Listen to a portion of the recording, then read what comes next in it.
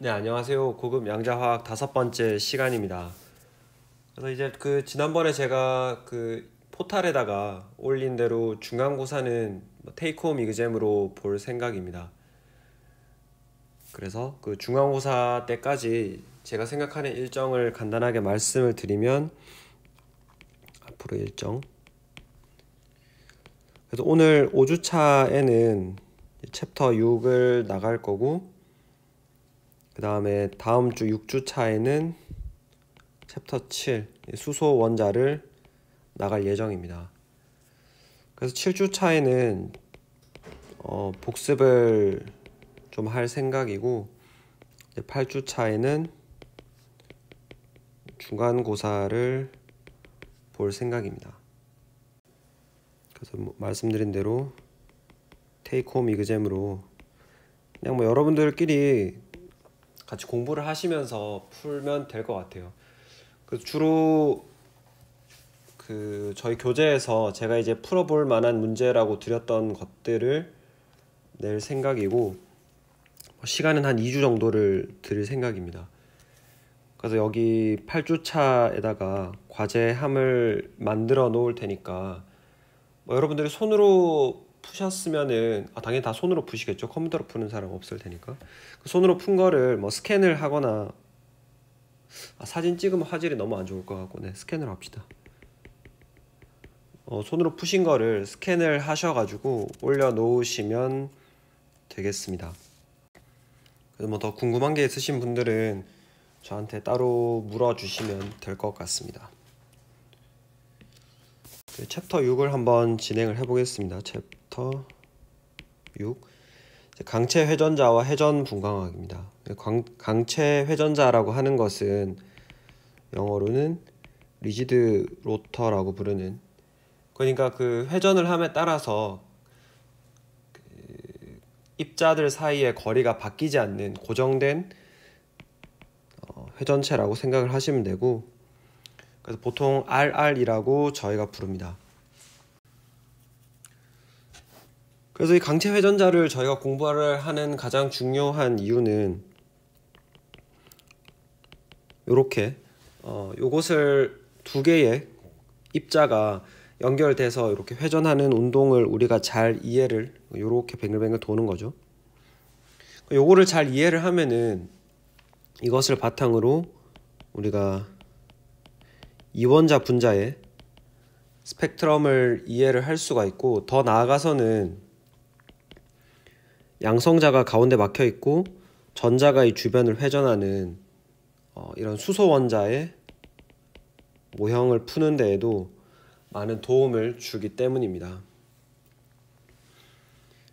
그래서 강체 회전자를 풀 때에는 우리가 흔히 사용하는 XYZ 카테시안 코디네이트를 쓰는 것보다는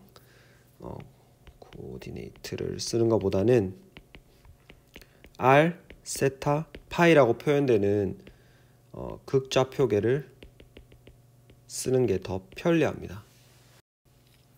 우리가 굳이 이런 것들을 부연 설명을 하지 않아도 강체 회전자라고 하는 것은 구형으로 행동을 하게 되잖아요. 구형의 문제를 풀기 위해서는 이런 R, 세타, 파이로 나타나는 것이 더 훨씬 편리하게 됩니다.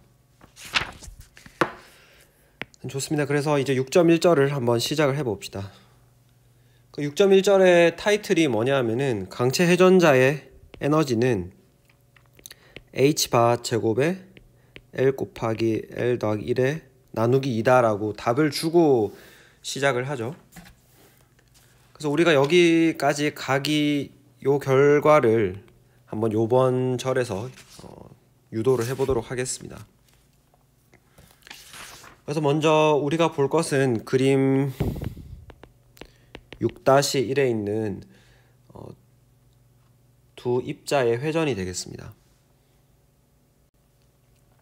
그래서 여기에 질량이 M1인 입자가 있고 이쪽에 M2인 입자가 있다고 할 때 예를 들어서 질량 중심이 여기쯤 있다고 해봅시다.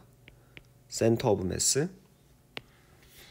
그리고 나서 이 전체 길이가 L이라고 할 때 질량 중심으로부터 M1까지의 거리를 L1, 질량 중심에서 M2 입자까지의 거리를 L2라고 해봅시다. 이런 시스템이에요. 그리고 우리 한 가지 가정하는 것은 우리가 지금 리지드 로터를 강체 회전자를 이야기하고 있기 때문에 이 L 값은 고정이 되어 있다는 것이죠. 이렇게 고정이 되어 있고, 그러면 이 질량 중심을 두고 두 입자가 이렇게 회전을 하고 있다라고 해봅시다. 회전할 때의 진동수 뉴를 우리가 특별히 이제 회전 운동이라고 해서 로테이션 ROT를 따가지고 밑에 표현을 해줄 것입니다. 그러니까 이거는 결국 단위를 보면은 사이클 퍼 세크가 돼가지고 1초에 몇 바퀴를 도는지를 나타내는 겁니다.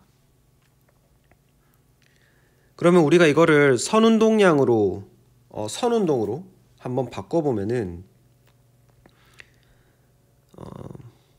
첫 번째 입자가 1번 입자, 2번 입자라고 했을 때 첫 번째 입자가 회전하는 속도는 1초에 몇 바퀴 도는지에다가 뉴 로테이션에다가 한 바퀴 돌 때 몇 미터인지를 알면 되겠죠.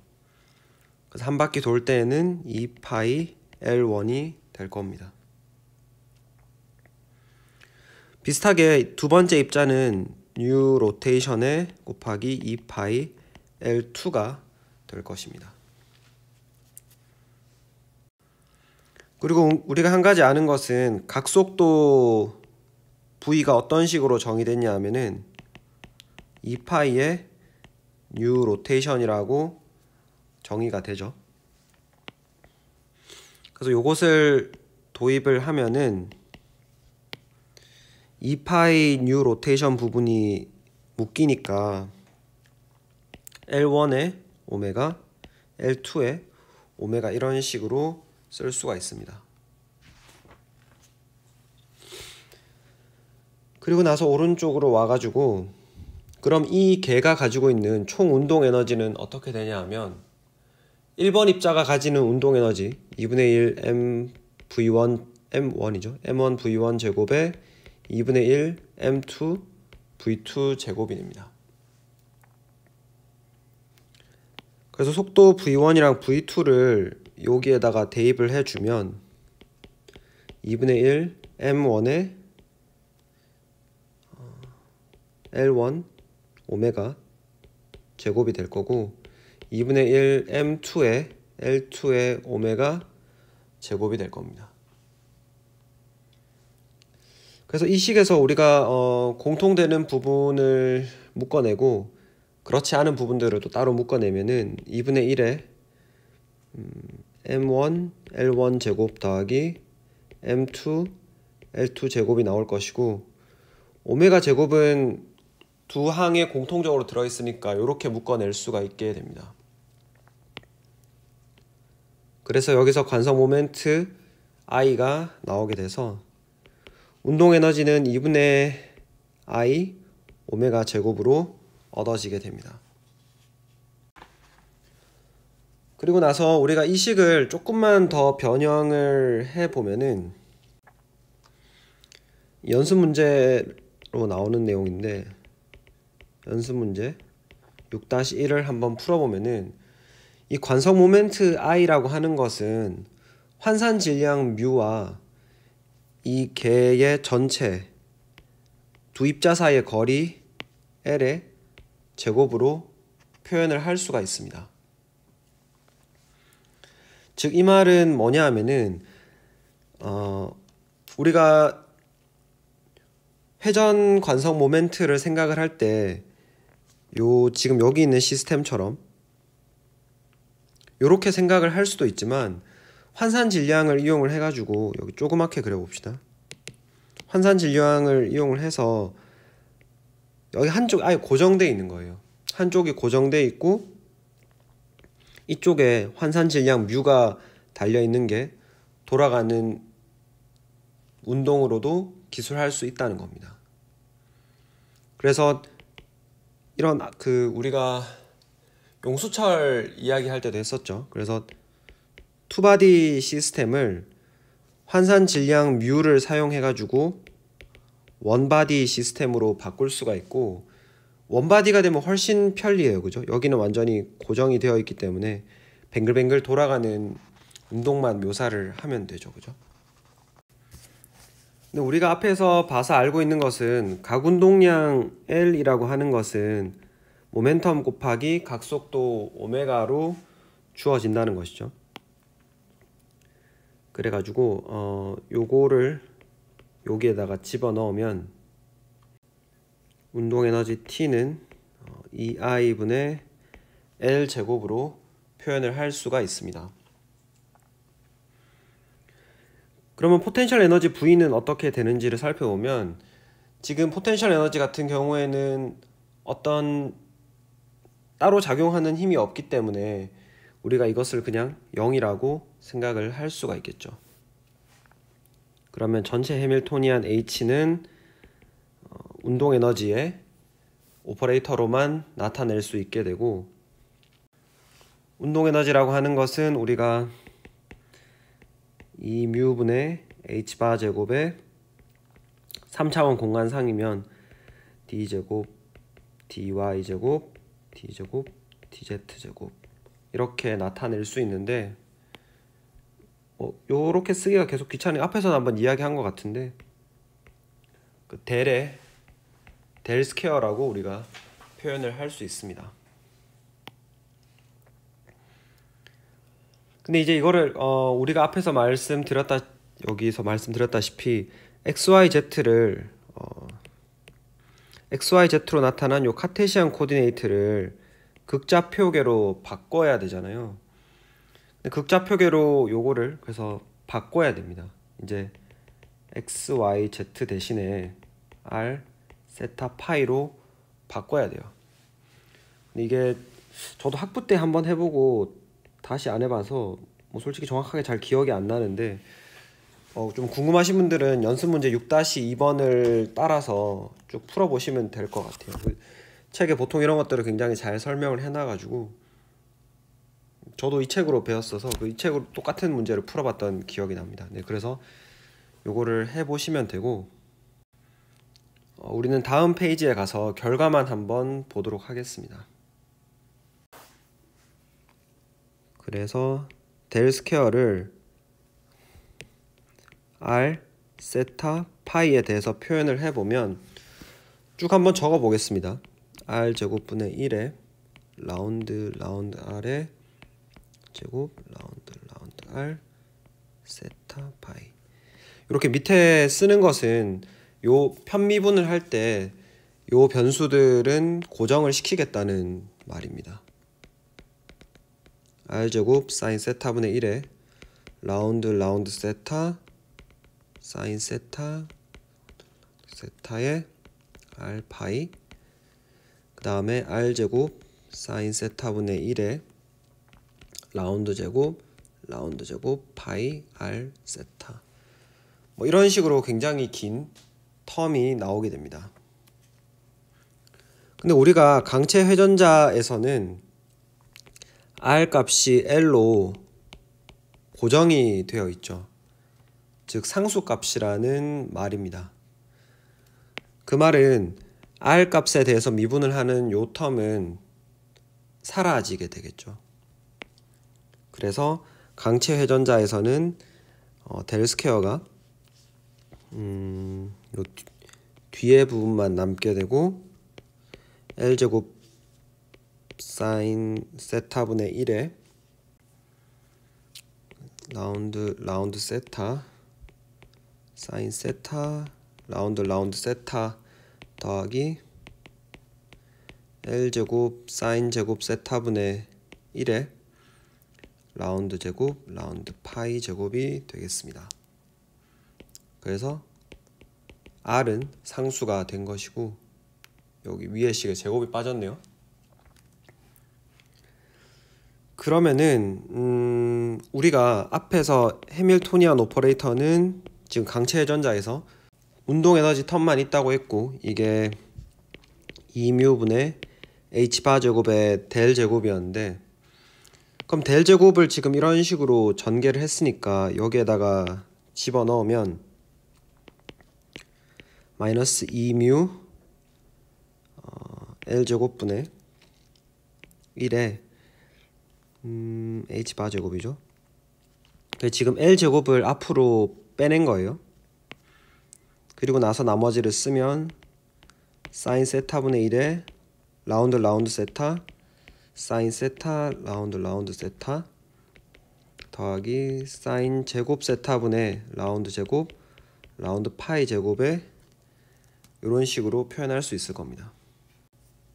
그래서 여기 나오는 뮤 L 제곱 부분이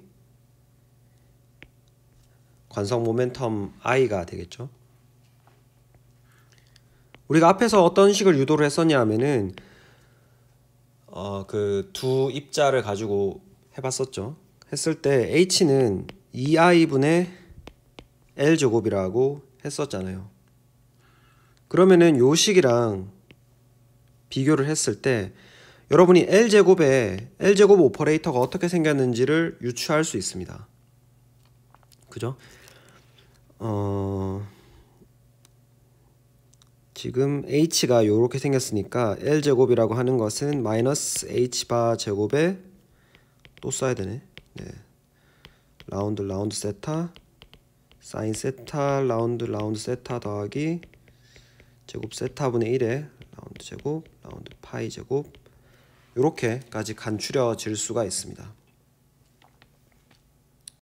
그래서 여기를 보시면은 그러면은 이 각 운동량이라고 하는 것이 우리가 따로 정의를 하지 않아도 회전체 모델만 있으면은 이렇게 양자역학적인 오퍼레이터가 얻어진다라는 것을 알 수가 있고, 그리고 한 가지 되게 중요하게 여러분들이 보셔야 되는 것은 지금 여기 괄호 안에 들었는 것은 세타고 파이니까 단위가 없잖아요. 지금 그죠? 어떤 물리적 상수를 전혀 포함하고 있지 않아요. 단위가 없죠.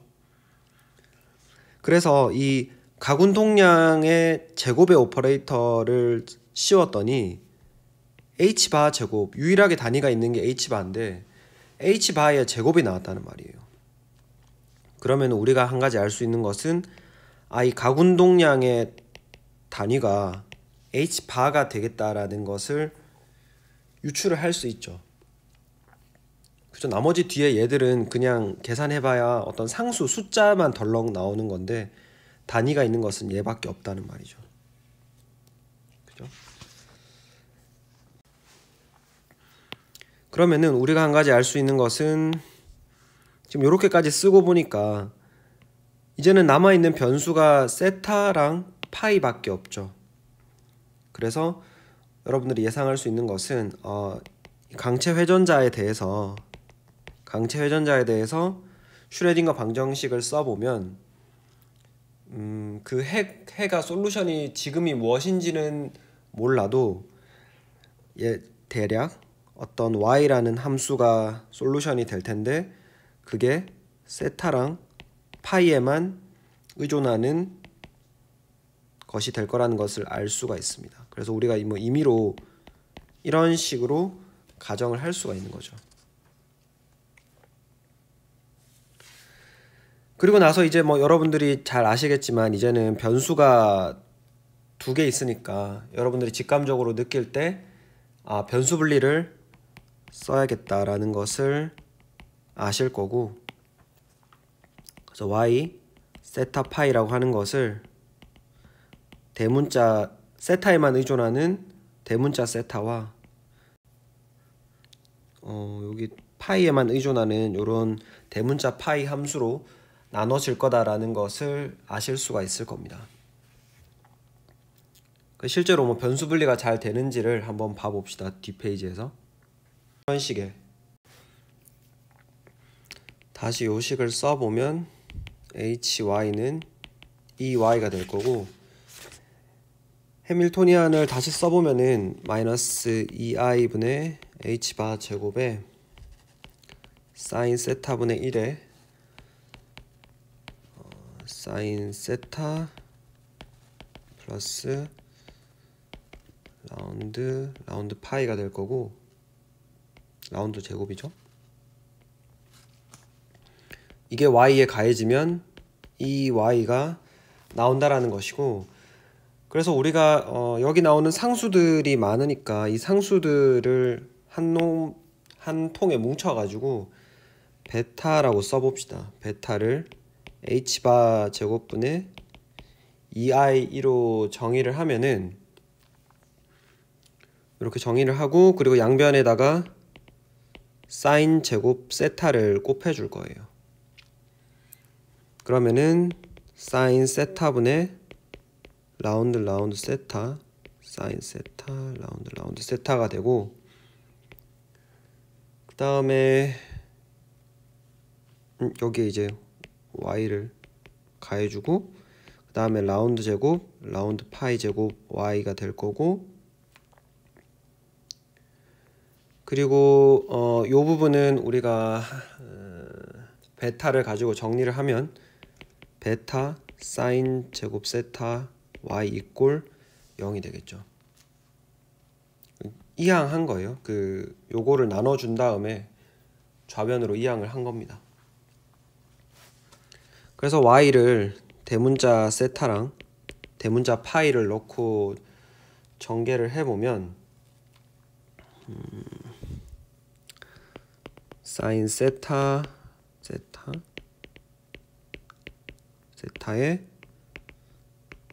파이가 대신 들어갈 거고, 제곱 라운드 파이 제곱에 세타 파이가 대신 들어갈 거고, 베타 사인 제곱 세타에 세타 파이가 이렇게 대신 들어갈 겁니다.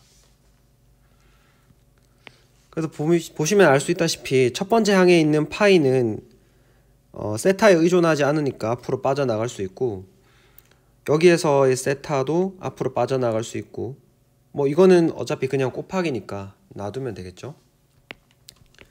그래서 양변에다가 세타랑 파이를 나눠주게 되면은 결국 여러분들이 얻게 되는 식은, 조금 더 밑에 씁시다. 세타분의 사인 세타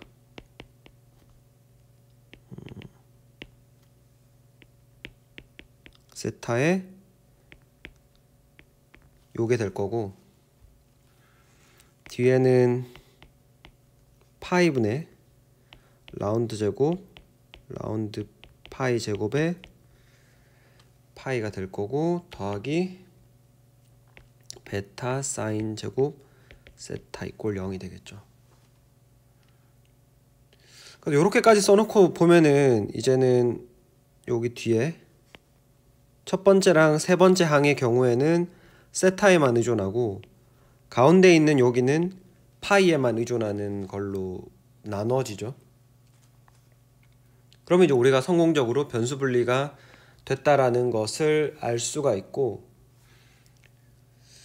그래서 결국에는 서로 다른 독립 변수가 지금 요 식을 이항을 하면 왼쪽에 녹색 부분이 있다라고 했을 때, 오른쪽은 파이분의 1에 라운드 제곱에 이렇게 될 테니까, 서로 다른 변수를 가지고 있는 값이 이렇게, 아이고 죄송합니다, 세타죠 여기는.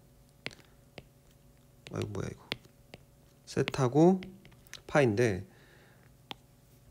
이렇게 서로 다른 변수를 가지고 있는, 독립 변수를 가지고 있는 두 함수 값이 같다라고 하는 것은 이게 결국에는 상수랑 같다는 것이고, 그 상수를 우리가 m제곱으로 둬 보겠습니다. 그러면 이 녹색 부분은 사실 굉장히 풀기가 어려워 보이죠. 여러분이 보셔도 그러니까 여러분들이 미분방정식을 많이 배우진 않았지만 우리가 이때까지 봐오던 것과는 굉장히 수준이 다른 거라는 것을 직감하실 수 있을 거고, 하지만 그에 반해서 이 파이 부분, 오른쪽에 씁시다. 이 파이 부분은 생각보다 쉽게 풀립니다. 파이 부분은 마이너스 파이 제곱분의 파이분의 1에 라운드 제곱 라운드 파이 제곱에 이렇게 될 게 m 제곱이죠. 그러면 식을 정리를 하면은 라운드 제곱, 라운드 파이 제곱, 파이는 마이너스 m 제곱에 p 이렇게 쓸 수 있으니까, 그러면은 이 미분방정식의 의미는 파이라는 함수를 2번 미분했더니 마이너스 m 제곱이 나오고 상수로 나오고 자기 자신이 다시 그대로 나오는 그런 함수가 되죠. 그래서 여러분들이 이런 형태는 잘 아실 거예요. 그래서 뭐 코사인이 될 거고 사인도 가능하겠죠. 근데 이거를 묶어가지고 우리가 앞에서 봤지만은 코사인이랑 사인을 묶어서 2의 i 파이로 쓸 수 있다라고 했었죠. 그래서 이 p 대문자 p는 어떤 상수 am에다가 2의 im 파이가 가능하고 또 마이너스 im 파이도 가능하겠죠, 그죠? 2의 마이너스 im 파이도 가능할 겁니다.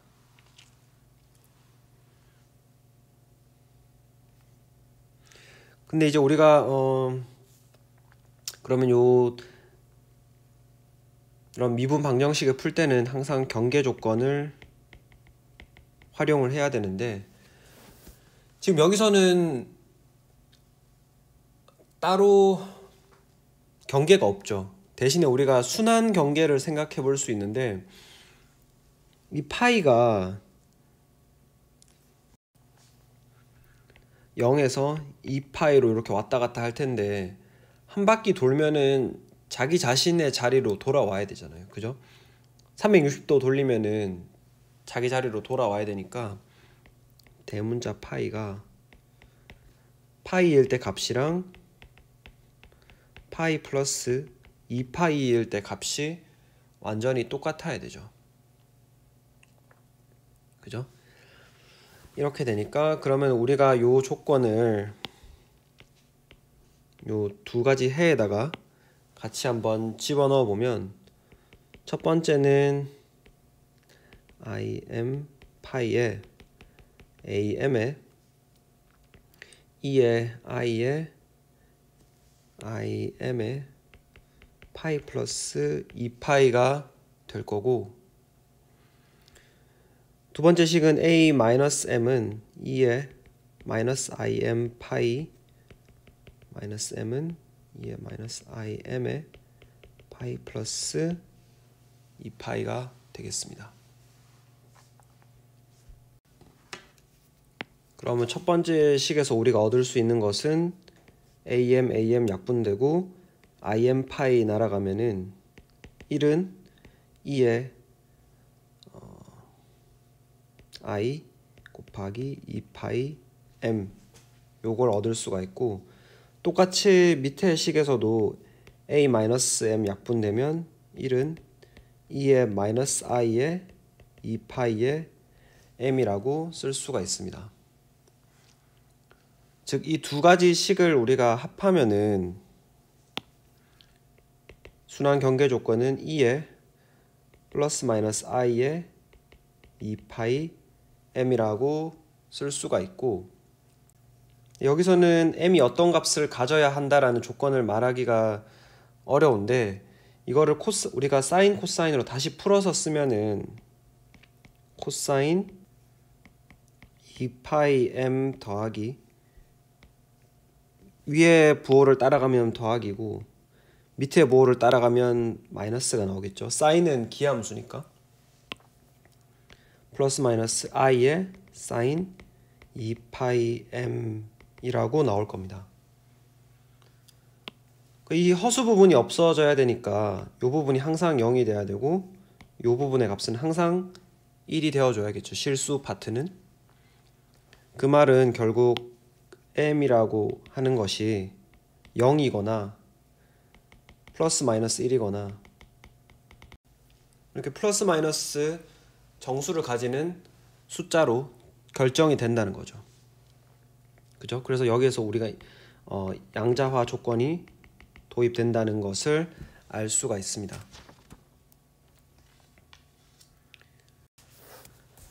근데 이제 파이에 대해서는 풀었는데 그 세타에 대해서 푸는 거는 사실 굉장히 어렵다고 말씀을 드렸죠. 여러분이 보셔도 쉽지 않을 거라는 것을 알 수가 있고, 그래서 이거를 풀려면은 우리가 그 파워 시리즈라고 부르는 쭉 다 폴리노미얼로 전개를 한 다음에 대입하는 것을 풀면 되는데, 그게 사실 굉장히 고통스러운 일이기 때문에 그렇게 풀지 않고 우리는 앞에 조화진동자에서 풀었던 것처럼 연산자 방법을 통해서 한번 풀어보도록 하겠습니다. 이제 지금 아직까지 거기까지 가기 위해서 우리가 조금 모르는 것들이 있기 때문에 일단은 우리가 베타라고 하는 것이 새로운 양자수 J에 대해서 이렇게 표현이 되는 물리값이고 0, 1, 2가 가능하고, 그럼 결국에는 베타라고 하는 것이 h바 제곱분의 2i2로 주어졌으니까 에너지는 2i분의 h바 제곱의 베타인데, 베타가 j 플러스 1이니까 회전하는 입자의 에너지는 이런 식으로 나타낼 수 있다라는 것을 일단은 알고 넘어가도록 합시다. 그리고 회전 운동 에너지 레벨은 항상 2j 플러스 1만큼의 축태도를 가지고 있는데, 그게 왜 그런지도 여기 뒤에 가서 우리가 한번 보도록 합시다. 지금 일단 받아들이시면 될 것 같아요. 그래요, 좋습니다. 여기까지 하면은 이제 6.2절로 넘어가 봅시다. 사실 6장은 그런 분광학적인 내용이 굉장히 많기 때문에, 그러니까 좀 실험적으로 관찰된 것을 설명하기 위해 나온 내용들이 많아서 우리가 그것을 디테일하게 다 보지는 않을 겁니다. 그냥 후루룩 훑고 넘어가도록 하겠습니다. 그래서 앞에서 말했지만은 리지드 로터는 어떤 회전하고 있는 이원자 분자의 모델이 될 수 있습니다. 그래서 우리가 뒤쪽에 6.7절에 가서 셀렉션 룰을 다시 보게 되겠는데, 지금은 일단은 받아들여야 될 게 너무 많네요. 델타 J가 플러스 마이너스 1인 것만 허용이 된다라는 것을 한번 받아들여 보고, 그 다음에 반드시 영구 쌍극자 모멘트를 가지고 있어야 된다. 그래야지 우리가 그 회전 스펙트럼에서 회전 운동에서 전이가 일어나는 것들을 관찰을 할 수 있다라는 것입니다. 그래서 예를 들어서 HCl 같은 것은 영구 쌍극자 모멘트가 있으니까 회전 스펙트럼을 관찰할 수 있는데, N2 같은 것들은 관찰할 수 없다는 것이죠. 그러면 스펙트럼이라고 하는 것은 에너지 차이를 관찰을 하는 거니까 에너지 차이가 얼마가 되는지를 한번 계산을 해 봅시다. 그래서 J에서 J 플러스 1로 가는 것을 한번 계산을 해보면 델타 E라고 하는 것은 EJ 플러스 1에서 EJ를 빼주면 되겠죠. 나중 상태에서 처음 상태를 빼주고, 그럼 2i분의 h바 제곱에 J 위치에 J 플러스 1을 넣으면 이렇게 되고 이렇게 바뀌겠죠. 뒤에 2i분의 h바 제곱에 J의 J 플러스 1이 될 겁니다. 그래서 요거를 묶어서 정리하면 2i분의 h바 제곱은 J 플러스 1에 곱하기 2가 되겠죠. 그죠? 여기 나머지 요 부분을 빼기를 해주면 되니까. 그럼 결국 여러분이 얻게 되는 것은 i분의 h바 제곱에 J 플러스 1이라는 값을 얻게 됩니다.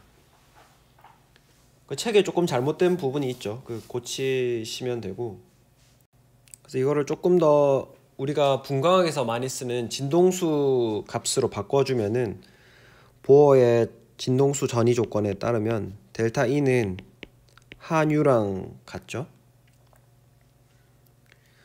그러면 여기에서 얻은 이 에너지 값이 한유랑 같아야 되니까 한유는 4파이 제곱 i분의 h제곱에 j 플러스 1이 될 겁니다. h바가 2파이분의 h죠. 정리를 하면 진동수 u라고 하는 것은 그러니까 여러분이 실험에서 관찰하는 진동수 u는 4파이 제곱 i분의 1에 j 플러스 1이 되고, 근데 이제 분광학을 하시는 분들께서 특별히 요 값을 2b라고 많이 쓰세요. 그래서 회전상수 b를 도입을 해가지고 이런 식으로 많이 쓰시는데, 그럼 요거를 가지고 우리가 로테이셔널 에너지 레벨이 어떻게 되는지 한번 생각을 해보면 2b에 j 플러스 1이죠. 그러니까 j가 0인 부분이 여기 있다라고 하면 j가 1인 레벨은 여기랑 2b만큼 차이 나겠죠, 그죠? 이게 j가 j 플러스 1이 될 때 진동수니까. 그럼 j가 2라고 하는 것은 여기에 1을 넣으면 4b만큼 차이가 나겠죠, j가 1이랑. 그 다음에 j가 3인 것의 에너지 레벨은 여기에다 2를 넣으면 6b가 나오겠죠. 그래서 갈수록 에너지 레벨이 이렇게 점점 등간격으로 2b 차이만큼씩 계속 증가하게 되죠. 그래서 스펙트럼을 여러분들이 찍어 보시면 2b가 나오고 4b, 6b 이런 식으로 등간격의 스펙트럼이 찍힐 겁니다. 그래서 우리가 조화진동자 할 때랑은 다르죠. 조화진동자는 여기 구석탱이에 써보면 조화진동자는 V는 0, 1, 2가 전부 에너지가 등간격이었기 때문에 흡수 스펙트럼 이렇게 하나만 관찰이 되었잖아요. 근데 그에 반해서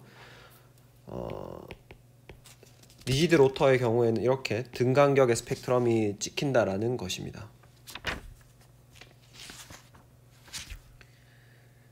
그래요. 그 다음에 6.3절부터 6.5절은 그 분광학에서 관찰되는 스펙트럼을 설명하기 위해 조금 나오는 것들이라서 사실은 양자화학을 이루는 그 코어 부분은 아니거든요. 그래서 간단하게만 한번 짚고 넘어가 봅시다. 6.3절은 회전 전이가 진동 전이에 수반된다. 그래서 한마디로 바이브레이션이랑 로테이션이 같이 일어난다라는 거죠. 그래서 이 경우에는 우리가 강체에서는 결합 길이가 바뀌지 않는 막대기를 사용했다면 스프링을 이렇게 넣어가지고 진동하면서 요게 이렇게 진동하면서 회전한다라고 생각을 하면 되겠습니다. 그럼 굉장히 간단하게 바이브레이션과 로테이션이 동시에 일어날 때의 에너지는 바이브레이션 에너지 더하기 로테이션 에너지로 표현할 수 있고, 바이브레이션 에너지는 한U에 V 플러스 2분의 1이 되고, 로테이션 에너지는 회전 상수 B 곱하기 J 곱하기 J 플러스 1로 나타낼 수 있습니다. 그래서 흔히 바이브레이션 에너지 값이 대략 한 10의 3승 파수 정도 되고, 로테이션 에너지 레벨이 한 대략 1파수 정도의 크기를 가지기 때문에 그러면 우리가 포텐셜 에너지 서피스를 이렇게 그렸을 때 뭐 이렇게 있다라고 하면은 바이브레이션 레벨이 이런 식으로 V는 0부터 1, 2, 3이 있으면 이 사이에 굉장히 작게 로테이션 레벨들이 빽빽하게 들어있는 것이죠. 여기 이제 J에 해당하는 겁니다. 이렇게 쓸 수가 있고 바로 6.4절로 넘어갑시다. 뭐 이 정도만 하고 이제 6.4절에서는 이 바이브레이션 운동과 로테이션 운동이 서로 어떤 영향을 미치는지를 한번 봐보겠습니다. 앞에서 우리가 바이브레이션과 로테이션이 같이 일어날 때 에너지 레벨은 한 U에 V 플러스 2분의 1과 BJ, J 플러스 1로 쓸 수 있다고 했죠. 근데 여기서 우리가 한 가지 생각을 해봐야 되는 것은 우리가 앞에서 어떻게 이야기를 했냐 하면 두 원자가 이렇게 용수철로 연결이 되어 있다라고 했죠. 그럼 이 용수철이라고 하는 것은 길이가 바닥 상태에서는 L이겠지만 이게 점점 V 값이 커지면은 진폭의 값이 점점 커지겠죠. 처음에는 여기 중심에서 왔다 갔다 이렇게 살살살 왔다 갔다 하다가 값이 커지면은 더 크게 용수철이 늘어났다가 줄어들었다가 할 겁니다. 그래서 이 말은 이 V가 증가함에 따라서 L도 같이 증가할 수 있다는 것이죠. 그렇기 때문에 그럼 우리가 이 길이가 늘어난다라고 하는 것은 회전 운동에 어떤 영향을 미치냐 하면은 B가 어떻게 정의가 됐습니까? 회전 상수 B가 8파이 제곱 I분의 H로 정의가 됐었죠. 근데 여기 지금 I라고 하는 값이 사실은 8파이 제곱 뮤 L 제곱이잖아요. 즉 길이가 늘어나면은 이 회전 상수가 감소하는 경향을 나타냅니다. 즉 이 B가 V에 의존하기 때문에 우리가 이것을 좀 더 구체적으로 표현을 해주기 위해서 요 식을 한 U에 V 플러스 2분의 1 플러스 B에 이렇게 아래 첨자 V를 붙여가지고 B 값이 V에 의존한다는 것을 표현을 해주면 됩니다. 이런 식으로 상호 연관을 주고 있다라는 것이고, 이제 6.5절은 순수한 로테이션 운동만 가정을 하더라도 스펙트럼의 간격이 등간격이 아니다라는 것을 설명을 하고 있습니다. 한번 봅시다. 그래서 실제로 HCl 분자의 스펙트럼을 우리가 이렇게 에너지 레벨을 한번 생각을 해보면 강체 회전자의 경우에는 에너지가 이렇게 갈수록 더 증가하는 이런 모양을 가지겠죠. J는 0, 1, 2, 3, 4 이렇게 되는데 실제 스펙트럼을 찍어보면은 요 간격이 조금씩 더 작아진다라는 거예요.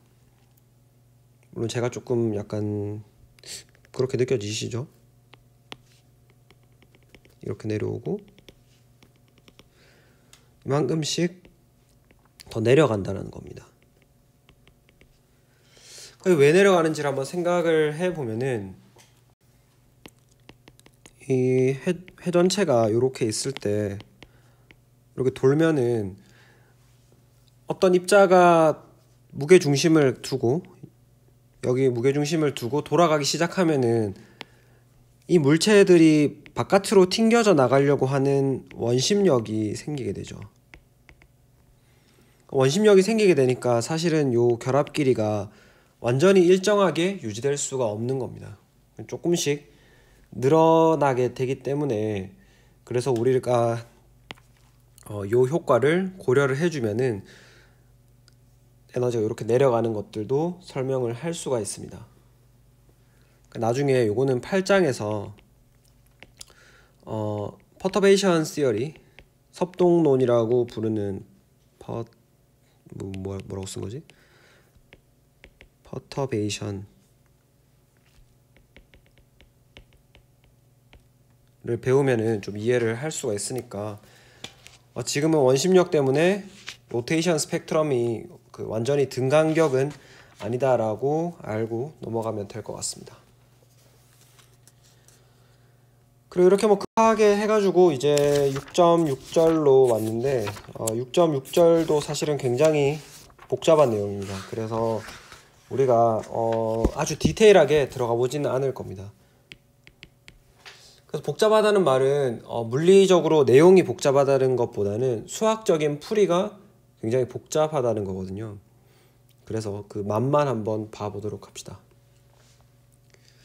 그래서 우리가 강체 회전자의 슈레딩거 방정식을 풀면 앞에서 말했지만 이런 파동함수 y가 얻어진다라고 했고, 이 파동함수는 세타와 파이에만 의존하게 됩니다.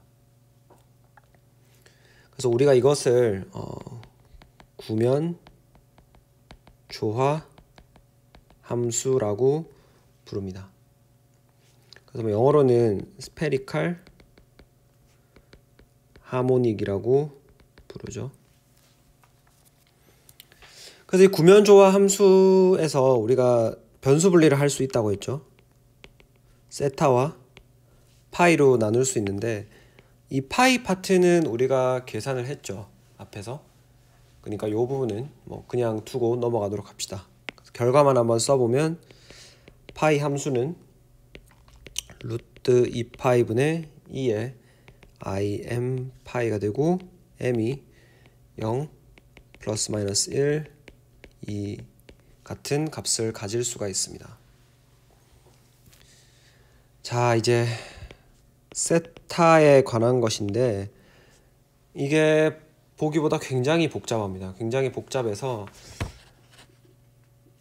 사실은 이거를 만약에 우리 수업에서 다루는 건 조금 무리일 것 같고, 제가 나중에 따로 그 레빈 책을 그냥 이런 식으로 정규 수업은 아니겠지만 제가 영상을 만들어서 올리려고 하거든요. 그러니까 관심이 있으신 분들만 한번 보시면 될 것 같아요. 그래서 풀이하는 과정을 조금만 설명을 해드리면은 우리가 6.16식을 일단 가져옵시다. 그 세타에 관한 변수 분리한 결과를 가져오면 세타분의 사인 세타 dd 세타 사인 세타 dd 세타 더하기 베타의 사인 제곱 세타는 m 제곱이다 라고 하는 게 있었죠. 근데 또 이것을 풀기 쉽게 하려고 사람들이 어떤 조치를 했냐 하면은 코사인 세타를 x로 두고 그 다음에 여기 세타 함수를 p라는 걸로 바꿉니다. 큰 의미는 없어요. 그냥 문제를 더 쉽게 하기 위해 한 것이 되겠고, 그래서 이렇게 하고 나서 우리가 식을 한번 써보면은 1 마이너스 x제곱 곱하기 d제곱 p dx제곱 빼기 2x의 dp dx 더하기 베타 빼기 1 마이너스 x제곱분의 m제곱 px 이꼴 0이라는 식으로 바뀌게 됩니다. 이게 그 6-27번에 변형하는 과정이 나오거든요. 그 한번 풀어 보시고, 그래서 우리가 이것을 수학 하시는 분들이 어떻게 부르냐고 하면은 르장드르 방정식이라고 부릅니다. 르장드르. 방정식이라고 부르고, 해가 이미 알려져 있어요. 그래서 수학하시는 분들이 다 풀어 놓았고, 그럼 우리는 그것을 이용을 하면 되겠죠, 그죠? 그래서 아무튼 이거를 풀면은 여기 베타라고 하는 값이 풀이를 하면 베타가 j 곱하기 j 플러스 1이고, 이제 j는 0, 1, 2와 같은 정수만 허용된다라는 것을 알게 되고, 두 번째는 이 m이라고 하는 변수 있죠. 분리상수.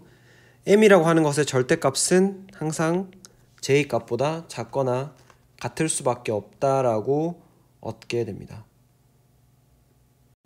여전히 그런데 아직 이 j가 어떤 물리적 의미를 가지고 있는지, m이 어떤 물리적 의미를 가지고 있는지도 잘 모르죠. 그런 것들을 조금씩 알아보도록 하겠습니다. 거기에 나가기 앞서서 이제 m이 0인 경우는 비교적 이 미방이 쉽게 풀려가지고 결과가 표 6-3에 실려 있습니다.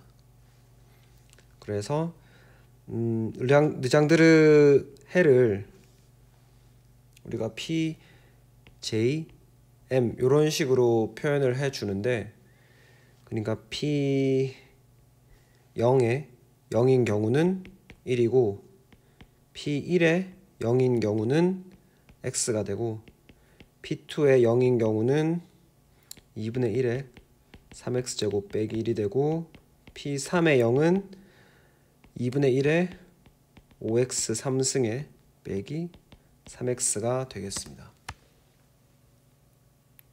그래서 이렇게 쓴 이유는 여러분들에게 이걸 보여드리기 위해서예요. 이 J 값이 짝수면은, J가 짝수면 이 르장드르 방정식의 솔루션도 우함수가 되죠, 그죠?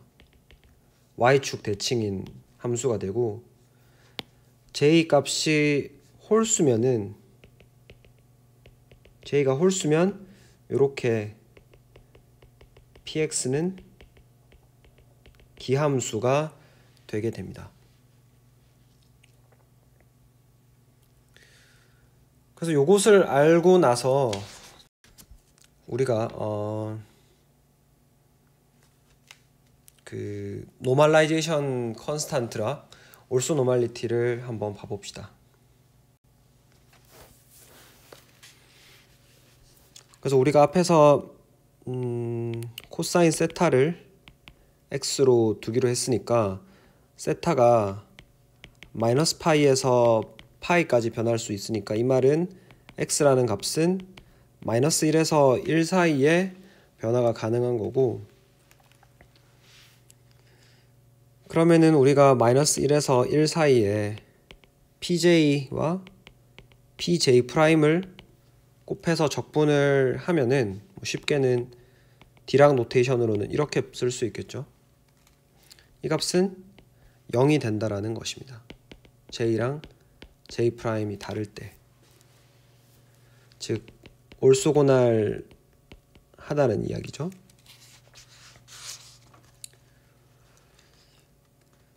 그리고 정규화 조건의 경우에는 마이너스 1에서 1 사이에 pj 함수를 제곱해가지고 적분을 하면 되는데, 이 경우는 이렇게 쓸 수 있겠죠. 그러니까 이 값이 2j 플러스 1분의 2라고 주어집니다. 그래서 여러분들이 이 적분을 해가지고 요 값을 유도하시는 거는 사실 몰라도 상관없어요. 상관이 없는데, 여기에서 얻어진 값이 어떤 물리적 의미가 있는지는 아셔야겠죠. 그래서 우리가 이 르장드르 폴리노미얼을 정규화 시켜주고 싶으면은 정규화 상수 n을 뭘로 잡으면 될까요? 요 값에 루트를 취한 값에 역수를 가지면 되겠죠. 그 루트 2j 플러스 1분의 이런 식으로 정규화 상수를 잡아주면 우리가 정규화된 르장드르 폴리노미어는 루트 2분의 2j 플러스 1의 p 이런 식으로 쓸 수가 있겠죠. 그렇죠? 이렇게 쓸 수가 있고, 우리는 이때까지 계속 m이 0인 경우만 이야기를 했었는데 m이 0이 아닌 경우는 어떻게 구하냐. 그래서 이것들은 전부 여러분들이 위에서 구했던 르장드르 당식으로부터 유도를 할 수가 있습니다. 여기서 유도된 것들을 우리가 associated 르장드르 함수라고 부르고, 그래서 그 값은 이런 식으로 표현을 했을 때 1-x제곱에 다음에 pj0 르장드르 폴리노미얼을 x에 대해서 n번 미분을 해주면 됩니다. 뭐 상당히 복잡하죠, 그죠? 그래서 뭐 이런 부분들을 제가 다 자세하게 다루지는 않을 생각이고, 아무튼 뭐 이런 복잡한 것들을 쭉 해가지고 우리가 JM에 대해서 기술을 해보면 2분의 2j 플러스 1에 j 플러스 루트 절대값의 팩토리얼에 m의 팩토리얼에 전체의 스퀘어 루트에 pj m의 코사인 세타가 되겠습니다. 그래서 세타는 이런 식으로 풀 수가 있다는 거예요. 뭐 이거를 외우는 것도 당연히 의미가 없고, 뭐 푸는 과정을 물론 여러분들이 이해를 할 수 있다면 좋겠지만, 수학적으로 이거를 과목 이름이 생각이 안 나네. 선형 대수학 개론 다음에 듣는 미분 방정식 개론을 듣지 않는 이상에는 이거를 외우지 않고 수식을 유도할 수 있는 방법이 거의 없거든요. 그래서 뭐 이런 부분들이 있다라는 것만 우리가 알고 넘어가도록 합시다. 그래서 이런 식으로 풀 수가 있다는 것이고, 그럼 결국 지금까지 했던 거를 한 번만 정리를 해보면, 우리가 어떤 강체 회전자가 있을 때 강체 회전자의 슈레딩거 방정식을 푼다라고 하면은 파동 함수는 구면 조화 함수 yjm으로 표현할 수가 있고, 그 다음에 에너지는 2i분의 h바 제곱에 jj 플러스 1로 나타낼 수 있다라는 것을 알았습니다. 그리고 또한 여기에서 유도되는 식으로 각운동량의 제곱 L제곱이라는 오퍼레이터에 대해서 yjm을 해보면은 이 식에서부터 알 수 있는 것은 h바 제곱에 1에 이런 식으로 얻어질 거라는 것도 알 수가 있죠. 그래서 요 아이겐 밸류가 각운동량 값의 제곱이 되는 겁니다. 그죠? 뭐 너무 좀 대충한 감이 없지 않아 있는데 그럴 수밖에 없다는 것을 조금 이해를 해 주시고, 그 다음 6.7절로 한번 가봅시다. 6.7절은 선택규칙 셀렉션 룰에 관한 것인데, 우리가 셀렉션 룰이라고 하는 것은 어떤 초기 상태 J와 M 상태에서 J', M''으로 전이가 일어날 건가 일어나지 않을 것인가를 보는 것이죠. 우리가 바이브레이션 할 때 한번 기억을 해보시면 V에서 V'으로 갈 때 이 전이가 일어나는지 아닌지를 보기 위해서 V' 전이를 나타내는 쌍극자 오퍼레이터 뮤g 이거를 계산을 해야 된다고 했었죠. 그럼 유사하게 우리가 여기서는 강체 회전자에서는 두 개의 양자수가 등장하니까 J', M', 뮤g 그 다음에 JM이라고 표현을 해주시면 되겠습니다.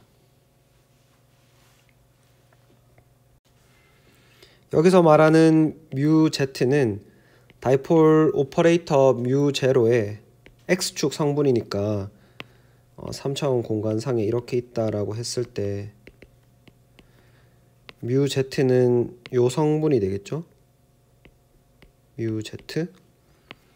그래서 z축에다가 사형시키면은 요 값이 세타라고 했을 때 뮤z는 뮤0의 코사인 세타라고 쓸 수 있을 겁니다.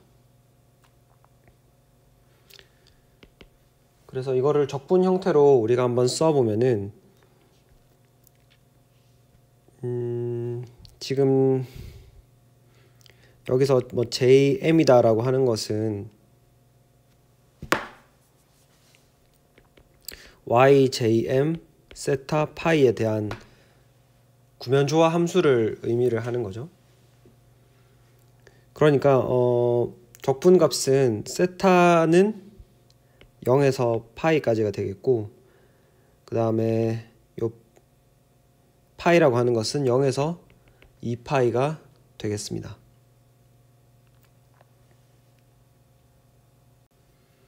그러면 적분 구간이 파이는 0에서 2파이고 세타는 0에서 파이까지가 될 거고 y, j', m' 그 다음에 스타에 뮤z, y, j, m이 될 거고 적분 요소가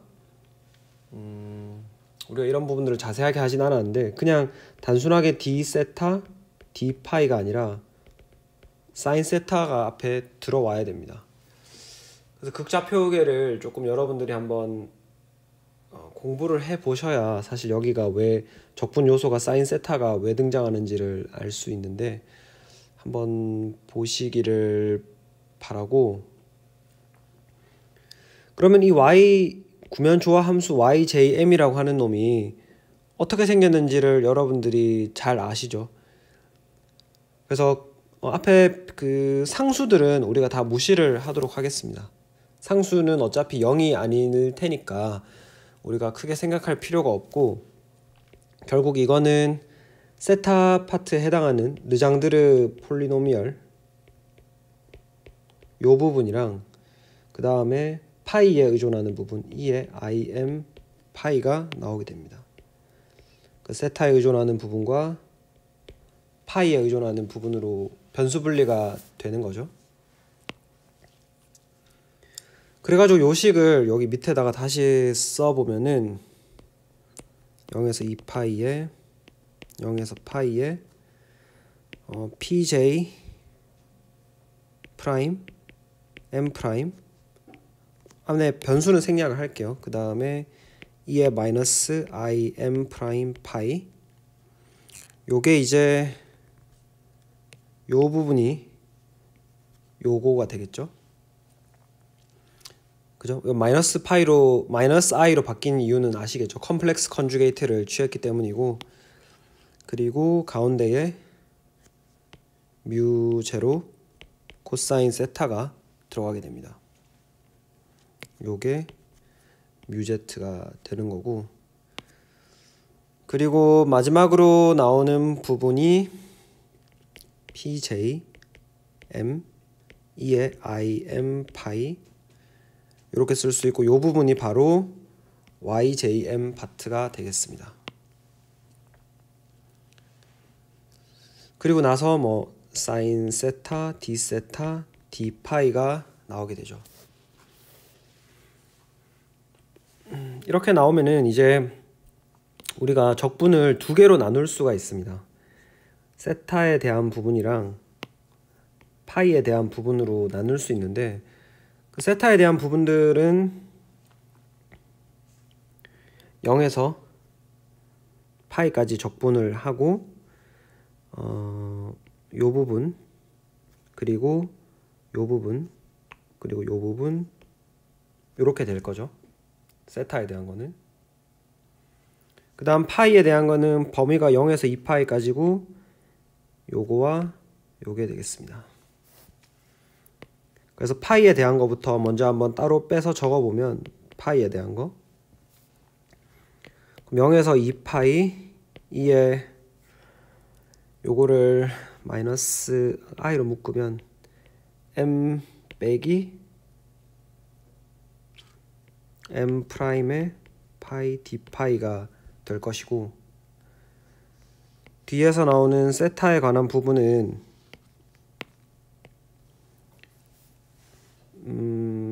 우리가 쓰면은 x를 사인 세타로 둔 다음에 코사인 세타로 두죠. 네, 코사인 세타로 두면은 dx는 마이너스 사인 세타가 되어가지고 적분 범위가 마이너스 1에서 1 사이가 되고, pj 프라임 m 프라임 그 다음에 pj m, 그 다음 요게 이제 x가 됐고 요게 이제 dx가 되겠죠.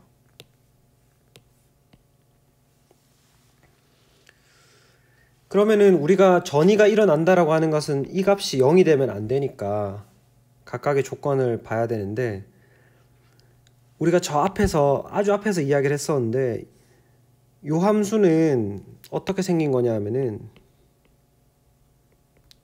요렇게 계속 오실레이션 하는 함수죠.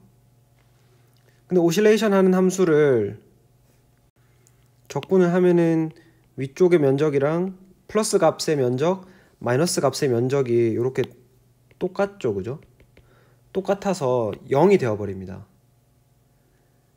그죠? 그러니까 m과 m 프라임이 달라가지고 이런 진동하는 함수가 나오면 그 값이 0이 되어버려요. 그럼 0이 안 되게 하려면은 m이랑 m 프라임이 같아서 그냥 우리가 지수 부분, 허수 부분을 없애줘 버리면 되죠. 그죠? 그러면은 유의미한 그 0이 아닌 다른 상수가 얻어지겠죠. 그래서 첫 번째 전이 규칙은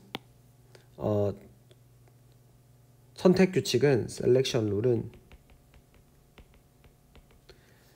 바로 m과 m 프라임이 같다는 것입니다. 그리고 이제 세타에 관한 규칙에서 조금 더 얻어볼 건데, 우리가 바이브레이션 할 때도 요 뒷부분을 그 리커션 관계를 이용을 해가지고 풀어봤었죠. 그래서 여기서도 뭐 복잡하지만 우리가 어떤 관계식을 쓸 수 있냐면은, 상수는 다 떼고 이야기할게요. x 곱하기 르장드르 폴리노미어는 어떤 식으로 표현할 수 있냐면 그냥 비례관계라고 쓰겠습니다. pj 플러스 1의 m이랑 더하기 pj 마이너스 1의 m으로 표현을 할 수가 있습니다. 그 말은 우리가 정확한 값은 모르겠지만 마이너스 1에서 1이 j 프라임 m 프라임이 있을 때 요 뒷부분을 pj 플러스 1의 m과 pj 마이너스 1의 m으로 쓸 수가 있다라는 것이죠. 그리고 르장드르 당식을 이렇게 곱해서 적분을 할 때 만약에 j와 j 프라임이 다르다라고 하면은 그냥 올소고날 관계에 의해서 0이 되어버렸고, 같을 때에는 2j 플러스 1분의 2라고 쓸 수 있었습니다. 그래, 이 적분 요 값 자체가 0이 안 되려고 하면은 j 프라임이 j 플러스 1이랑 같거나 혹은 j 마이너스 1이랑 같아주면 되겠죠. 그죠? 그래가지고 여기에서 유도할 수 있는 두 번째 선택 규칙은 j가 j 플러스 마이너스 1로 가는 것만 허용이 된다라는 것이죠. 그래서 셀렉션 룰을 강체 회전자에 대해서도 우리가 이런 식으로 이해를 할 수가 있습니다. 복잡한 정확한 값을 계산하는 거는 사실 상당히 복잡하기 때문에 이런 정도로만 이해를 하도록 하시고, 이제 마지막 절로 가봅시다. 마지막 절은 각운동량의 세 성분의 값은 동시에 정확하게 측정할 수 없다. 즉 Lx와 Ly, Lz를 동시에 측정하는 것은 불가능하다는 것입니다. 사실 앞으로의 논의에 있어서 가장 중요한 부분은 이 6.8절이 되겠는데, 그래서 우리가 고전 역학에서 클래시컬 미케닉스에서 이 각운동량 Lx, Ly, Lz를 어떻게 표현을 했는지를 보면 y의 pz 빼기 z의 py, 여기서 말하는 p는 모멘텀이 되겠죠. p는 모멘텀이 되겠고, 여기서 나오는 y니 z니 하는 것들은 그 값을 곱해주는 포지션 값들이 되겠습니다. 그래서 ly의 경우에는 z px 빼기 x pz고, lz의 경우에는 x py 빼기 y px가 되겠습니다. 그래서 이거를 이제 우리가 양자 역학의 세계로 가져오면 Lx, x방향의 각운동량을 아이겐 밸류로 가지는 오퍼레이터는 y의 pz 빼기 pz z의 py, 이런 식으로 쓸 수 있고, y 방향의 각운동량은 z px 빼기 x pz가 될 거고, z 방향의 각운동량은 x py 빼기 y px가 될 겁니다. 그래서 각각을 우리가 다 알고 있죠. px라고 하는 것은 마이너스 ih 바에 라운드 x, 이런 식으로 표현을 해주면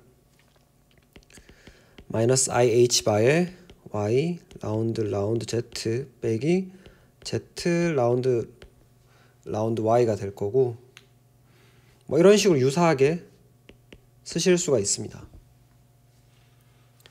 근데 우리가 지금 계속 논의를 하는 것은 x, y, z가 아니라 극좌표계 r 세타 파이를 가지고 이야기를 하고 있죠.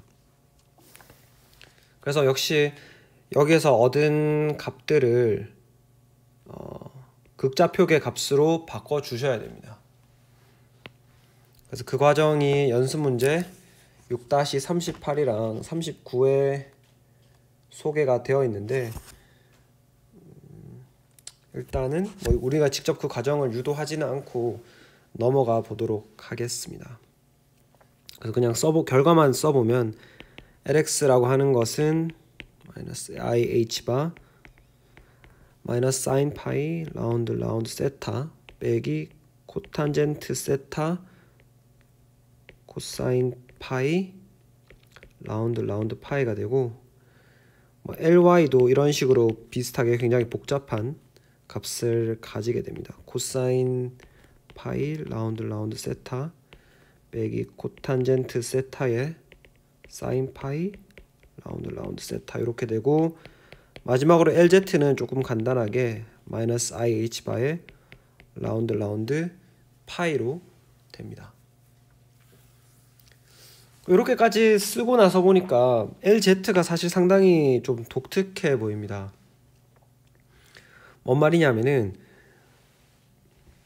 이 구면조화 함수 우리가 y에서 yjm을 써보면 세타 파트가 있고 파이 파트가 있었는데 이 파이 파트가 2의 im 파이로 나타나잖아요. 그죠? 그럼 이거를 봤을 때 여러분들이 이 LZ라고 하는 오퍼레이터를 y에 가했을 때 뭔가 상수가 빠져나올 거다라는 거를 예감하실 수가 있을까요? 한번 간단하게 써봅시다. 그래서 LZ를 이 y라는 함수에 가했을 때 세타랑 파이로 쓸 수 있는데 세타는 그냥 무시하고 꺼낼 수 있죠. 왜냐하면 LZ가 파이에만 의존하는 함수니까. 세타를 꺼내고 LZ를 파이에 가해보면 LZ라고 하는 것이 여기서 따로 빼서 써봅시다. 마이너스 IH 바에 라운드 파이 2의 IM 파이잖아요. 그럼 이것을 실제로 미분을 해보면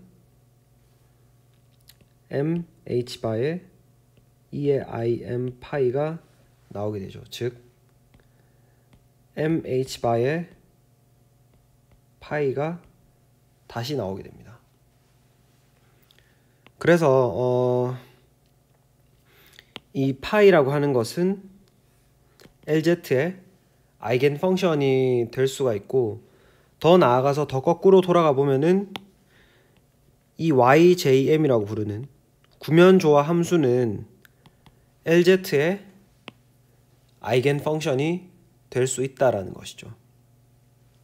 그죠? 그래서 여기에다가 다시 써보면 LZ라고 하는 오퍼레이터를 yjm에다가 가해주면 여러분은 mh바의 yjm을 얻게 된다는 말입니다. 그죠?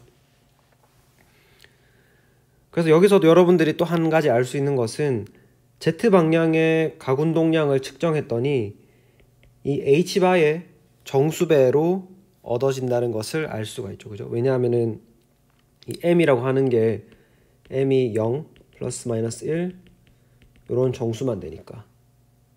그래서 가군동량의 크기가 이 H바에 비례하게 된다. H바가 가군동량을 측정하는 기본 단위가 된다라는 것이죠. 근데 이제 안타깝게도 LX랑 LY 오퍼레이터의 경우에는 여러분들이 한번 직접 해보시면은 이 구면조화 함수가 이 오퍼레이터들의 아이겐 펑션이 아니다라는 것은 확인하실 수 있을 것이고 우리가 그럼 앞에서 배웠던 거를 한 가지 가져와 보면 가군동량 전체 크기의 제곱 오퍼레이터는 구면조화 함수에 가했을 때 우리가 h바 제곱에 j의 j 플러스 1의 y jm이라고 쓸 수 있습니다. 물론 우리 책에서는 이 부분을 이제 L로 바꿔서 표현을 했기 때문에 요렇게 J로 쓰든 L로 쓰든 사실 큰 상관은 없습니다. 이렇게 된다는 것이죠. 그럼 이 두 가지 관찰로부터 우리가 알 수 있는 것은 지금 L제곱이라는 오퍼레이터랑 LG라는 오퍼레이터는 하나의 공통된 아이겐 펑션 YJM, YLM이라고 할까요? 책처럼? YLM을 공통의 아이겐 펑션으로 가지고 있기 때문에 이 말은 즉슨 이 두 오퍼레이터는 서로 커뮤트하다는 이야기죠. 곱하는 순서를 중요하지 않다는 것이고 더 나아가서는 가군동량 전체 크기의 제곱과 Z축 방향의 가군동량은 둘 다 동시에 정확하게 측정이 된다는 것입니다. 맞죠? 그 우리가 앞에서 전부 이야기했던 것들입니다. 그리고 나서 이제 그리고 나서 드디어 여러분이 m이 0 플러스 마이너스 1 플러스 마이너스 2라는 것은 알았는데 이 값이 과연 어디까지 갈 수 있느냐, 그 조건의 끝에 대해서는 잘 몰랐죠. 그래서 그것을 한번 보도록 합시다. 그래서 LG YLM을 하면은 이게 MH바 YLM이 된다라고 했었죠. 그러면은 한 번 더 가해 봅시다. 이 왼쪽에서부터 LG라는 오퍼레이터를 한 번 더 가해 보면 LG 스퀘어 YLM은 M제곱 H바 제곱 YLM이 되게 됩니다. 근데 우리가 앞에서 봤던 거는 가운동량 전체 오퍼레이터 제곱은 YLM이 H바 제곱에 L에 L 플러스 1 YLM이라고 했죠.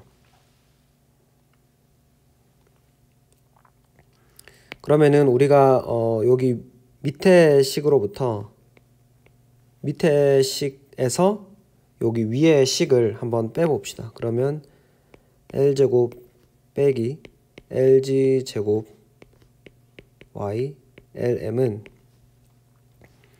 H바 제곱이 공통으로 있으니까 L에 L 플러스 1 빼기 M제곱 YLM이 되게 됩니다.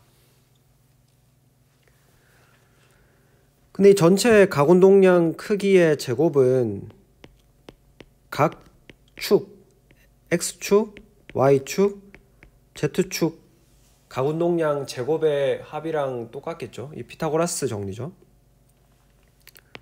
그렇기 때문에 이 부분은 사실은 LX 제곱 더하기 LY 제곱이라고 생각할 수 있는 거예요. 그죠? 그러면은 여러분이 한 가지 생각할 수 있는 것은 LX 제곱이라고 하는 오퍼레이터는 가운동량 LX 값을 아이겐 밸류로 가질 것이고 LY라고 하는 오퍼레이터는 가운동량 LY를 아이겐 밸류로 가지겠죠.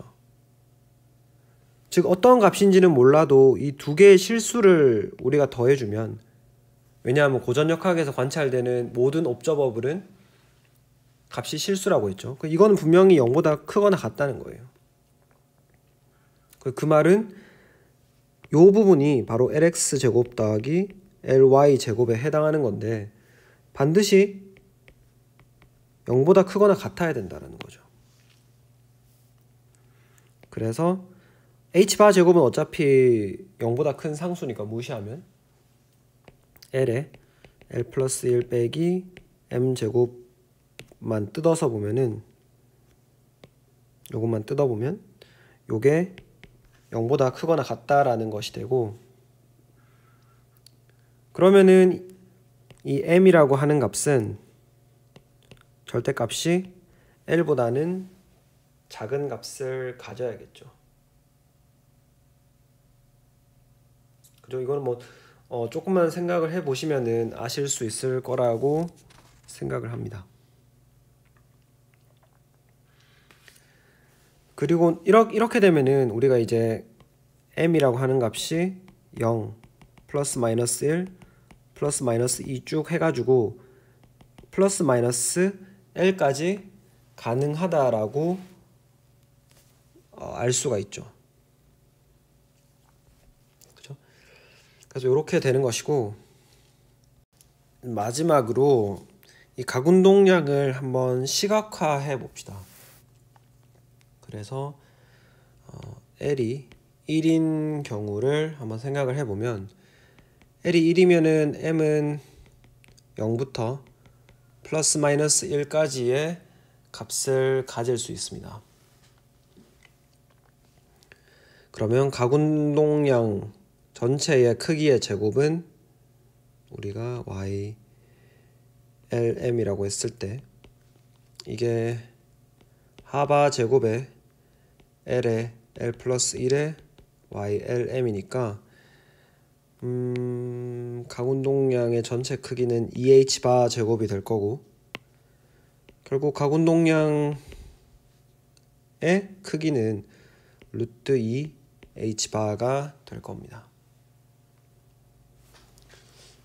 그래서 이 M이라고 하는 것은 뭐랑 관계가 있었냐 하면은, M은 바로 LG 오퍼레이터의 아이겐 밸류가 MH 바로 주어졌죠.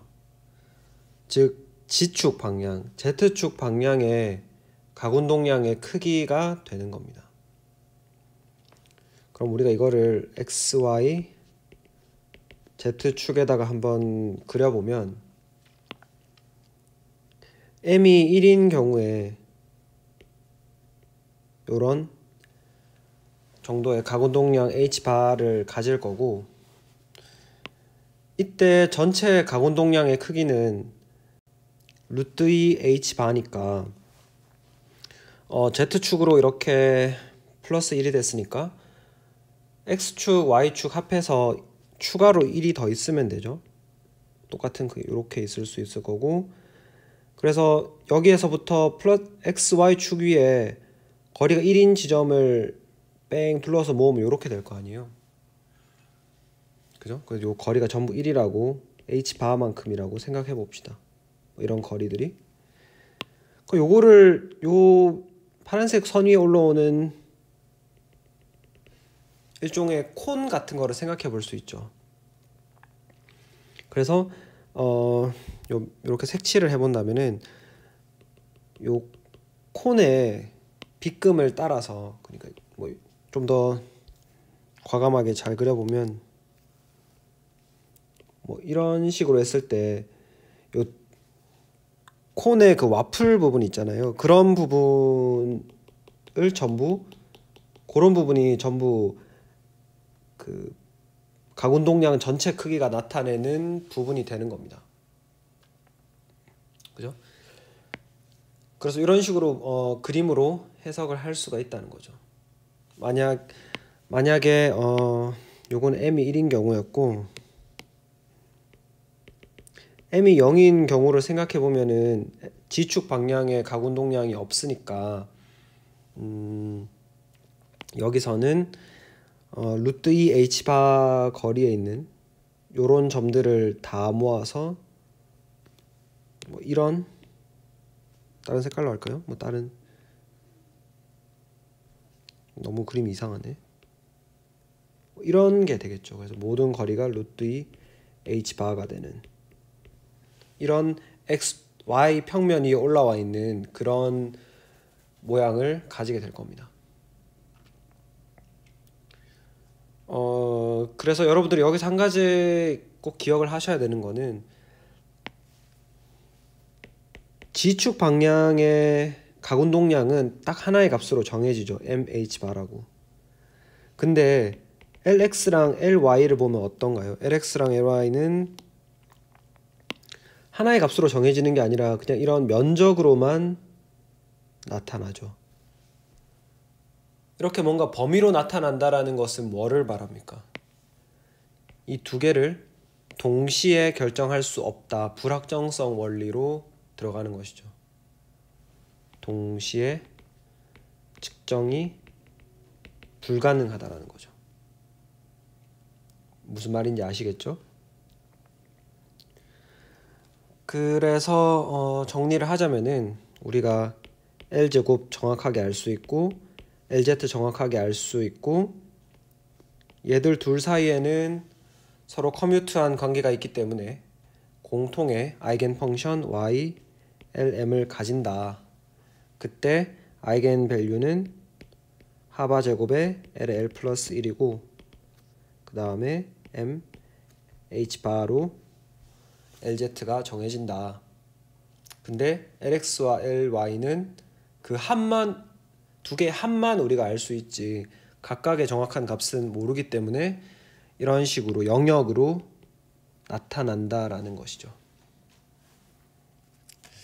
아시겠죠? 그래서 뭐 요거만 정리하면 될 것 같고, 사실 연산자 방법을 이용을 해가지고 하는 부분을 해보려고 했었는데 지금 시간도 많이 부족하고 우리가 그 좋아진 농자에서 한번 해봤으니까 그 맛을 봤으니까 여기서는 그냥 내용만 받아들이도록 합시다. 이렇게 하도록 하고, 풀어볼 만한 문제로는 우리 교재 6번, 11번, 15번, 그 다음에 43번을 한번 풀어보도록 하시죠. 사실 수학적인 문제들이 워낙 많아가지고 몇 개만 추려서 풀어보면 될 것 같습니다.